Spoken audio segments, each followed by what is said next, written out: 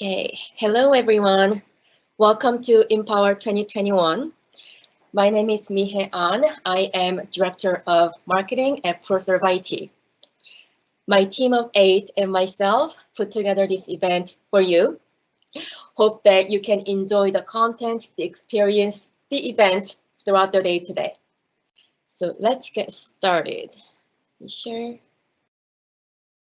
There. And let me check the technology to make sure it is working.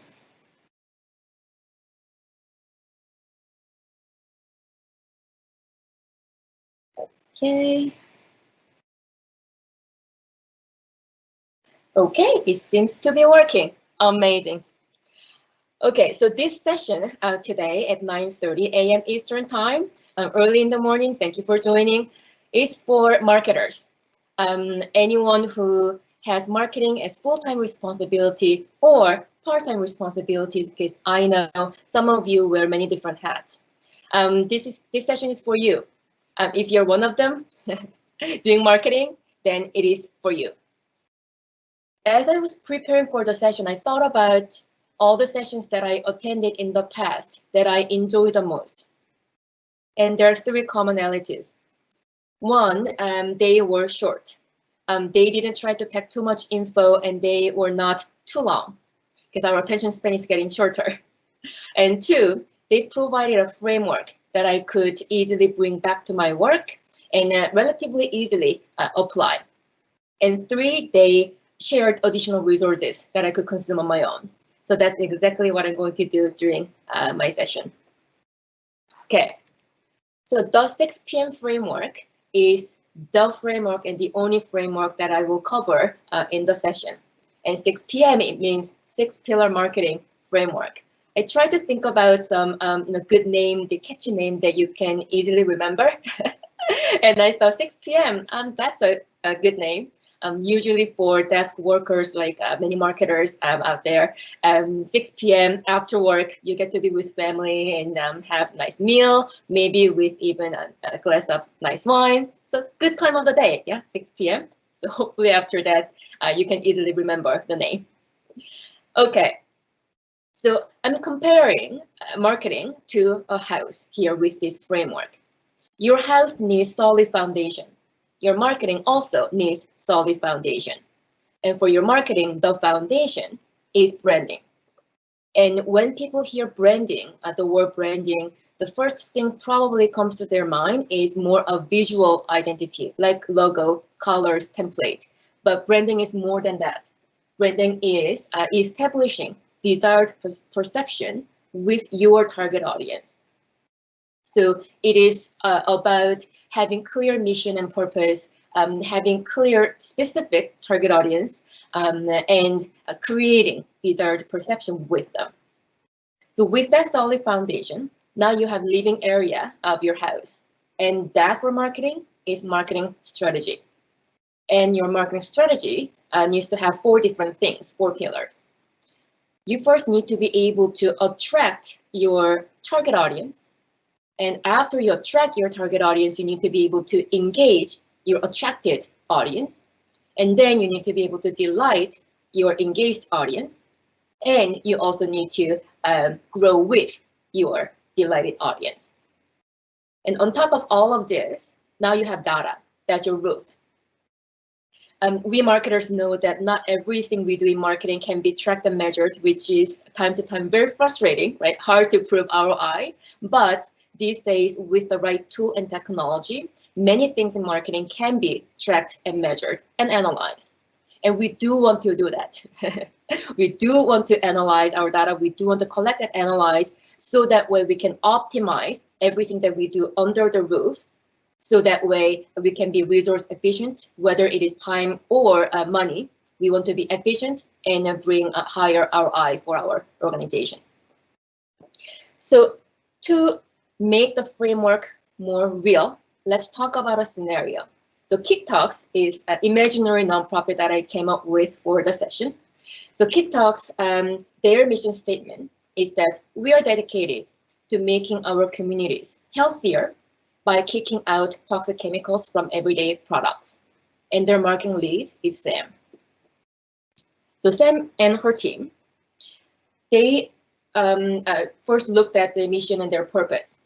It's pretty clear, pretty specific, so great. But they realized that they had been trying to relay their message to too many people, too broad of audience. And marketing 101 is that if you try to be everything to everyone, you cannot be anything to anyone, right?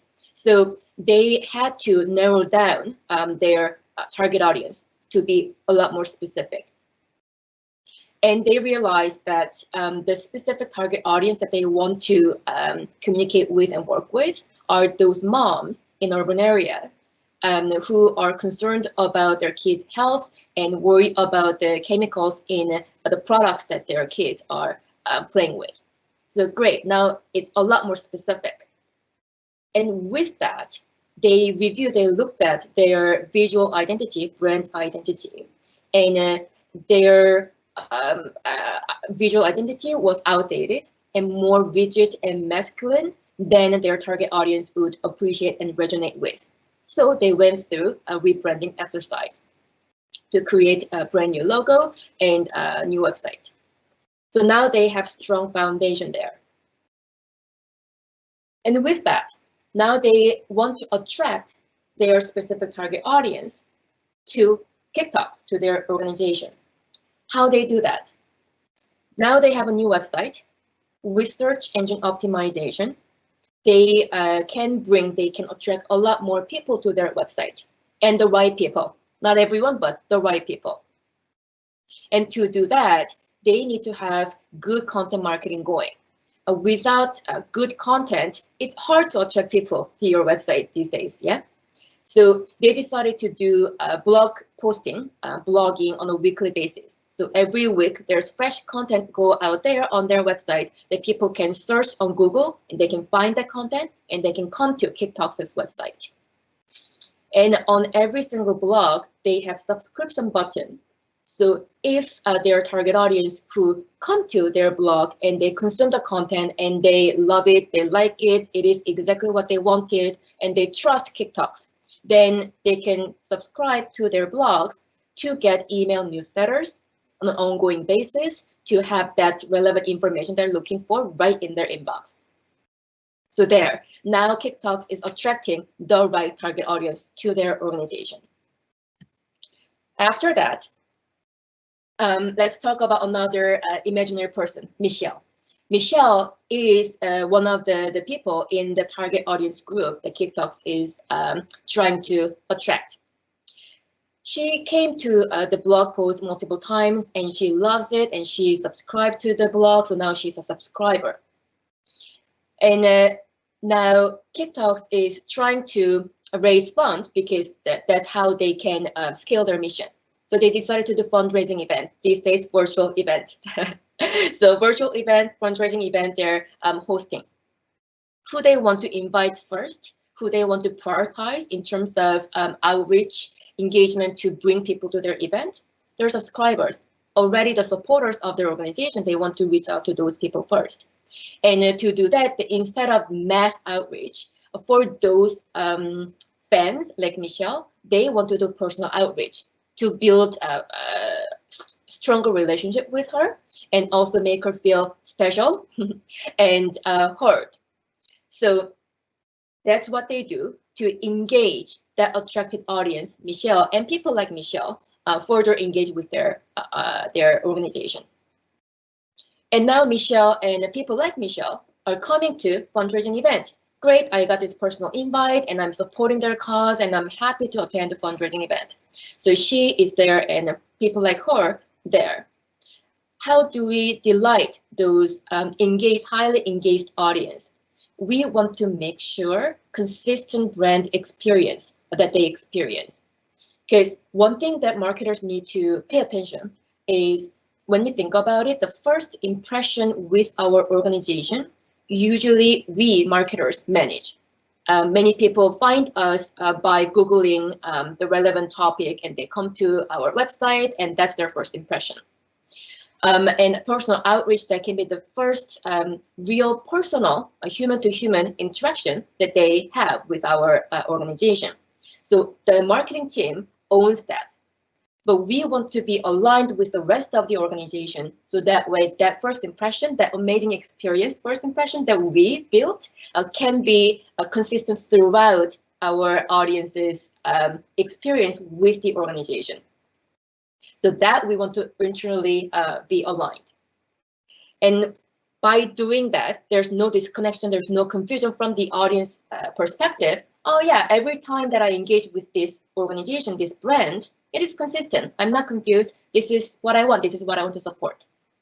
Then they're delighted, our delighted audience, and we want to grow with them. And to grow with them, if we want further support and more support from our fan base, then we also need to grow as an organization, right? And to do that, we want feedback. So those people who are highly engaged with our organization, we want to reach out to seek feedback, seek comments from them. Like, for example, fundraising event that we just hosted, we want to reach out to Michelle and people like Michelle, please give us your feedback so that way we can do better next time. And as we're doing all of this, data like this, a number of visitors to blog and website, subscription button click rate on every blog post that we publish, email open rate, click rate, and unsubscribe rate, and event registration, attendance stats, and survey results. They are all the data, valuable data that we have to look at to optimize everything that we did below the roof. So that's one scenario of how this framework can be used. So why do we need the framework? Can we just do things as things come in and as priorities shift?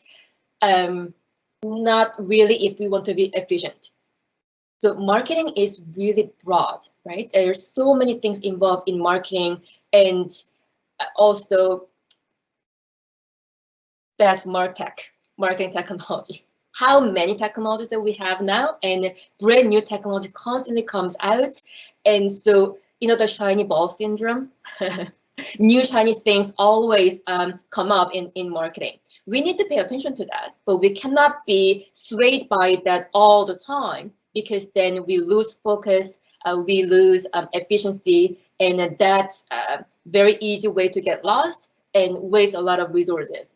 And that's something that we do want to avoid in marketing when it is already relatively difficult to track and prove ROI for every single thing that we do. So we want to be systematic, we want to be organized, we want to prioritize anything that we do in marketing. And that's where this framework comes in. That's why we need to use framework like this. And building this framework is not that easy because marketing is too broad. And believe me, I got lost multiple times throughout my career, earlier in my career, and learned from that. We all learn from our own experience and mistakes, right? So from that, I built this framework, and this has been working. But I know it is not that simple to just get it going with it. So if you want help with building your own 6 p.m. framework, please sign up for a 1 to 10 workshop. So it is a lot smaller scale workshop. So that way in the workshop, we can build a framework together. So one of the links that I shared in the live chat window there, when you see your screen, there are 2 bubbles right upper corner. When you click that, you will see my message with a link. So that's a form that you can use to sign up for the workshop.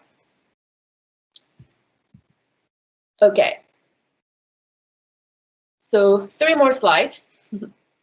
Wanted to mention this because it's not many of us think about this when we put together any marketing initiatives.